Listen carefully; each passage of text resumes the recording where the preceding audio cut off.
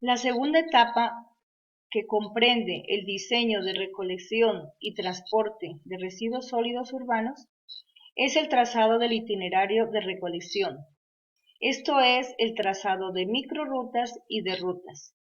Una microrruta es el espacio que el vehículo recorre para complementar su carga, y la ruta está comprendida por las microrrutas necesarias para complementar una jornada de trabajo. Generalmente en los municipios es necesario hacer una mejora en este sistema, una optimización, y lo primero que se debe hacer es un diagnóstico considerando los barrios atendidos en el momento, hacer un estudio de las rutas existentes, un levantamiento de la información general, sobre todo la generación de los residuos, la capacidad y número de vehículos existentes, la clase de estos vehículos, y proponer unas nuevas rutas o microrrutas o macrorrutas. Generalmente esto implica disminuir la longitud de recorrido, que esto a su vez influye en los costos del sistema de recolección. ¿Cuáles son los pasos a seguir? Primero, establecer las características del proceso de recolección. En segundo lugar, estimar los tiempos involucrados en el proceso. Luego, zonificar el área y, por último, diseñar el itinerario. Primero, determinar las características del proceso. Esto es determinar los niveles de trabajo, que puede ser puerta a puerta o puede ser sistema en acera o en contenedores, y también determinar el tipo de vehículos, si es accionado manualmente, en forma mecánica o automática, si la descarga es trasera, puede ser descarga lateral, puede ser vehículo compactador o sin compactar, dependiendo de las especificaciones de cada localidad. En segundo lugar, se debe estimar los tiempos involucrados en el proceso. En lo posible, estos tiempos se los debe estimar en forma muy precisa en cada localidad, teniendo en cuenta las características topográficas de la zona, los horarios de recolección, la ubicación del sitio de descarga y todos los factores que puedan incidir en los tiempos involucrados en ese proceso. Estos tiempos están considerados la distancia desde el garaje hasta la microrruta, luego el tiempo hasta el sitio de descarga, que puede ser una estación de transferencia, puede ser un centro de acopio temporal o una unidad de tratamiento.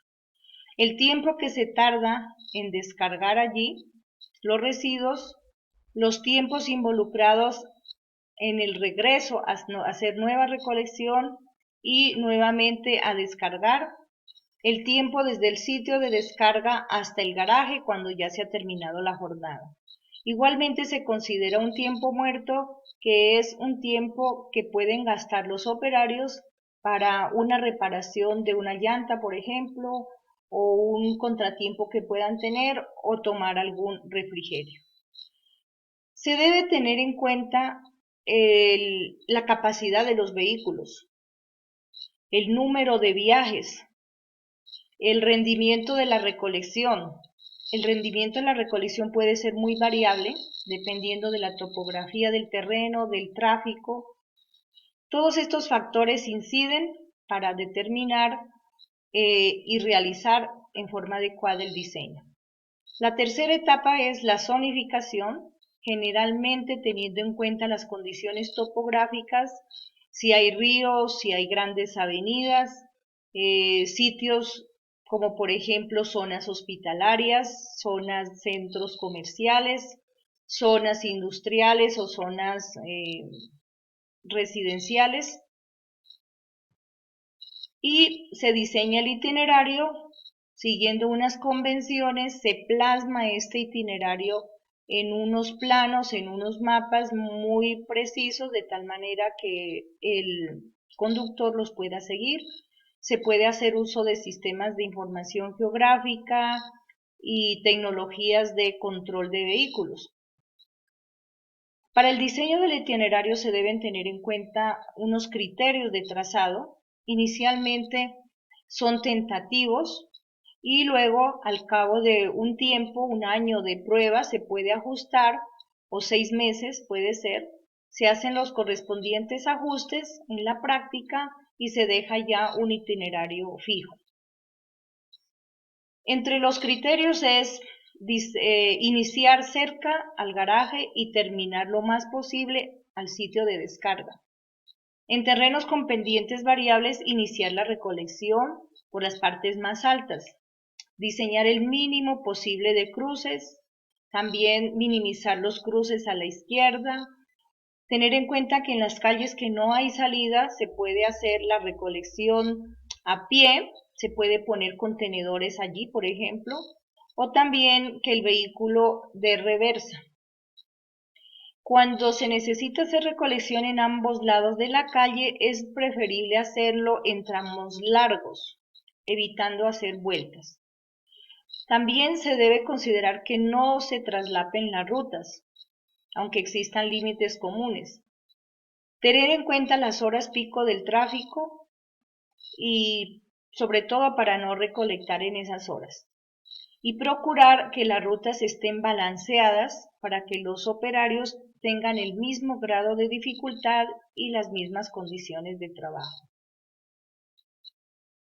Otro aspecto importante a tener en cuenta, sobre todo cuando se trata de localizar el relleno sanitario, es el concepto del centroide de producción. Este centroide implica un centro de gravedad de una localidad, por así decirlo. Es un centro geográfico donde se considera que los residuos están concentrados. Consiste en delimitar el área en el plano, localizar unas coordenadas X, Y, cualquiera, y dividir en zonas homogéneas en cuanto a la densidad poblacional y la producción de residuos. A cada zona se le determina la producción de residuos y las coordenadas X, y se calcula el centroide de producción de toda el área con las expresiones que podemos ver en la diapositiva. En este ejemplo se encuentra el centroide de producción en las coordenadas X 813 y 538.